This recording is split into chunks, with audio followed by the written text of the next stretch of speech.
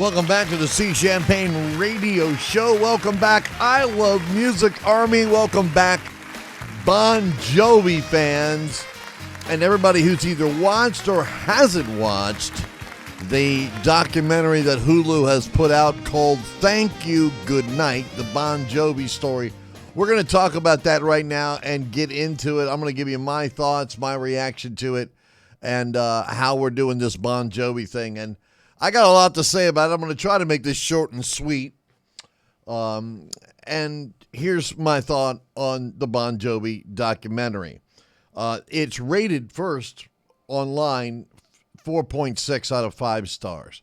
I'm sure a lot of Bon Jovi fans watched it, and, they're going to give it a 5 because they're just Bon Jovi fans. I'm a Bon Jovi fan, but I'm going to give it a little different rating and tell you a little bit about it. It's a 4-parter, so the first part really gives you the origins of the band, which I thought was very interesting, and I enjoyed that very, very much. It talked about the work ethic of John Bon Jovi, how the band came together, how Richie Sambora got into the band, how all the stuff was going on, the Jersey scene. It was kind of interesting, the first one. Then the second part, got to be, okay, Runaway's out. And then they talk about a lot of what they talk about really is the big three. And the big three is the Slippery album, the New Jersey album, and Keep the Faith album. But Bon Jovi said something in the second one that was the reason why you get a lot of bands that fail, or one-hit wonders, if you will. And that is this. He said, and I quote, "You have your whole life to write your first album, but then you only have a short period of time to write your second." And, they were talking about how the band was being pushed really hard. John was pushing too hard, the conflicts in the band, things like that. We get to part 3, which is kind of after Keep the Faith, and then, what happened and how they came back with It's My Life in 2000 and then Have a Nice Day and things like that. And then they get to the fourth part, which is kind of bringing you up to date. But they didn't spend that much time, I noticed, on what happened after, Keep the Faith. I mean, they really didn't.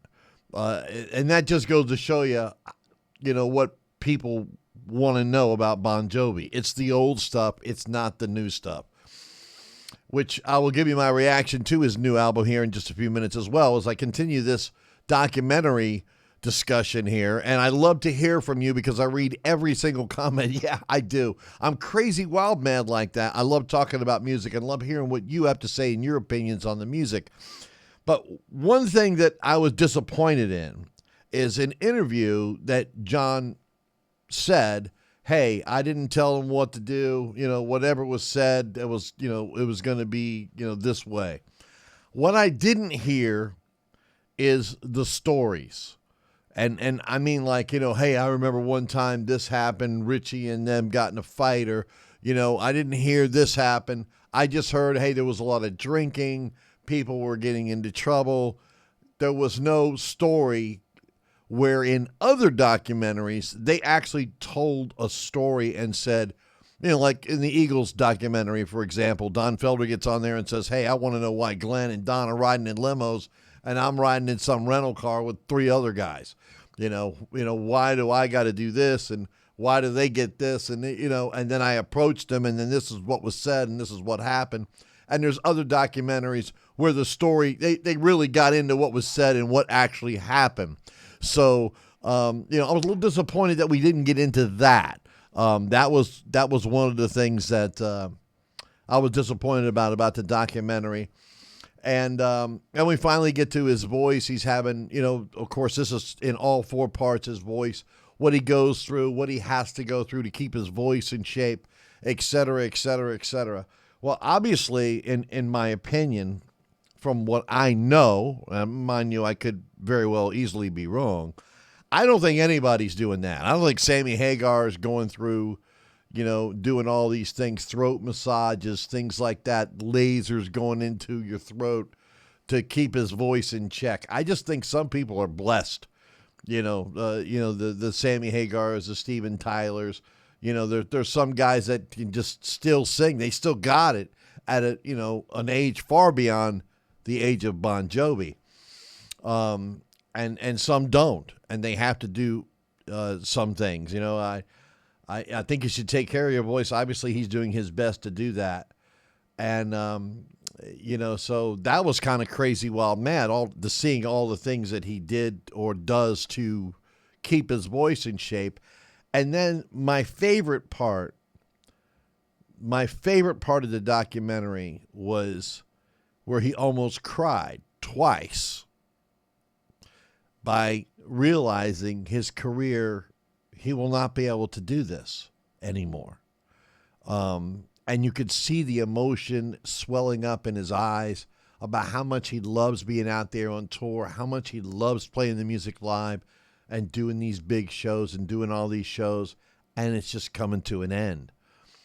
And you could just see how upset he was, because I'm going through the same thing, in my musical career. My legs aren't what they used to be. My wrists aren't what they used to be. My voice isn't what they used to be.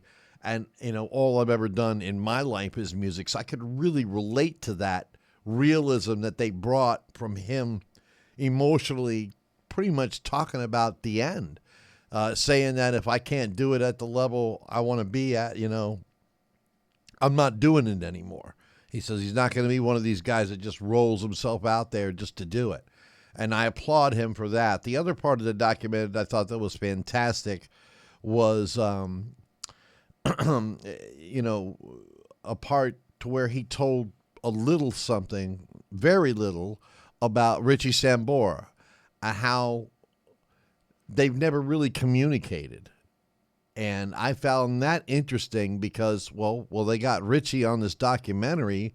It just blows my mind that Richie and John have not communicated and talked about, one-on-one. They got in the same room, because at other segments of this documentary, when there was problems in the band, they all got in the room. There was no manager. It was just the band, and they had it out and worked things out and got things right the way they wanted to get it right.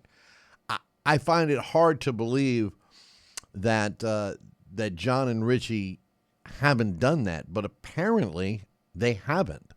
That was mind-blowing to me.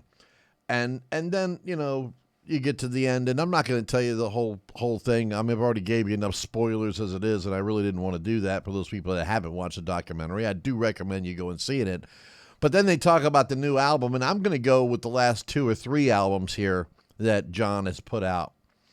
That he is seriously, from what I visually saw, the way he spoke, missing Richie and what he brings to the band.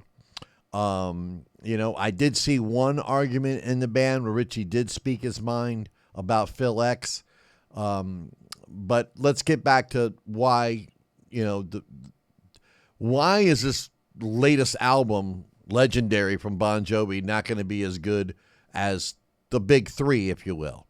And I will say that first, he's grown. He's got different subjects he wants to talk about. So the music's obviously going to be different. It's not all about chicks and getting laid like it was back then. Now it's, a different situation. But I think that Richie's influence on the guitar and how great he plays, and the rock element, the driving rock element that Richie brings to the band, even the Have a Nice Day song, which really didn't do much as far as the charts were concerned because rock music has changed. But in 2005 or 6, when that song came out and I heard it, I was like, man, if this song came out in 1990 or 1989, it would be a number 1 song. MTV would have been killing it. But it didn't. Music has changed. Rock music has changed. And, they're trying to change with it.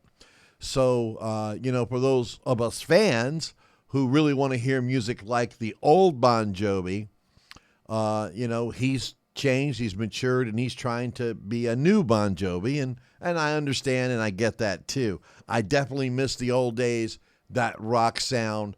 I don't really understand why bands want to change, or feel they have to change. Why can't they stick to the plan? But then the other side of the coin is, hey, if you want to be more modern, you need to do this. The only band I know of that really never changed is AC/DC. They're the same band they were when they started, 4 or 5 chords, straight ahead drum beat, screaming vocals, pounding, here it is. I don't, if you've heard one AC/DC album, they all kind of sound the same with different grooves and different, rhythms, but the beat, the core of the band, the way they do things is pretty much the same, which I appreciate when I listen to, some of the later AC/DC albums. They might not be as good as the older ones, but they're still the same band. They didn't change. It wasn't like Def Leppard went slang on everybody and people went, what the hell is this? So I kind of get that. But I'm going to rate the documentary as a 4. I'm not going to give it 5 stars because I didn't hear the arguments. They just said there was arguments. They never went into details about it. I understand Bon Jovi's really tight-lipped about what's said and what goes on in the band. I like the Doc McGee segment, what they had to say about him, what he said about the band. There wasn't, direct conversations. It was kind of, hem-hauled around. I kind of like when someone says, well, I went to so-and-so, and this is what he told me, and then I said this back. There was some of that, but not enough of it for me, because if there was more of that, I would have gave it a 5-star rating.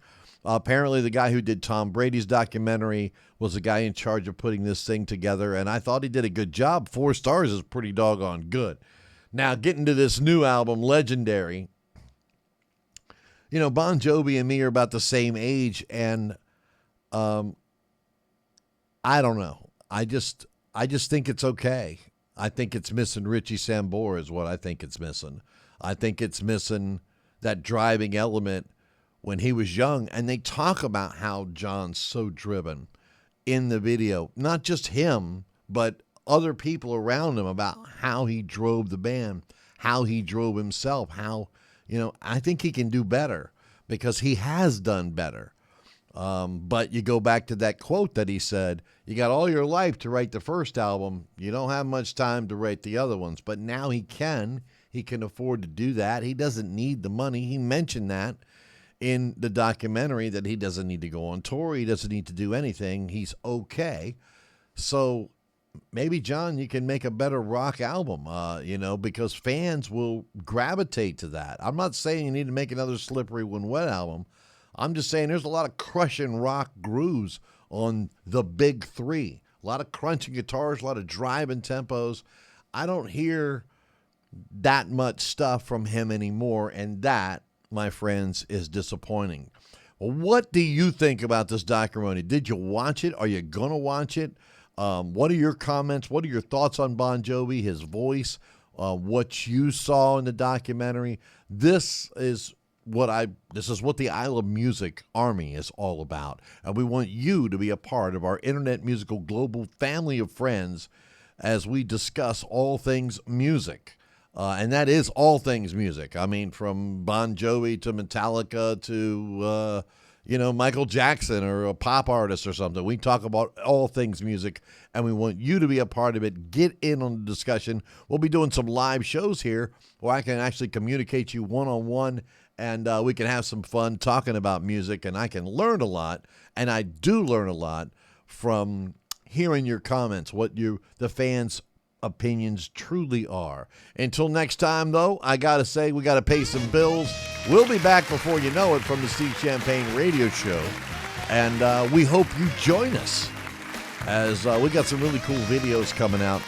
In the meantime, peace, love, adios, amigos. Hit that like and subscribe button, baby. We'll talk to you soon. I'm out of here.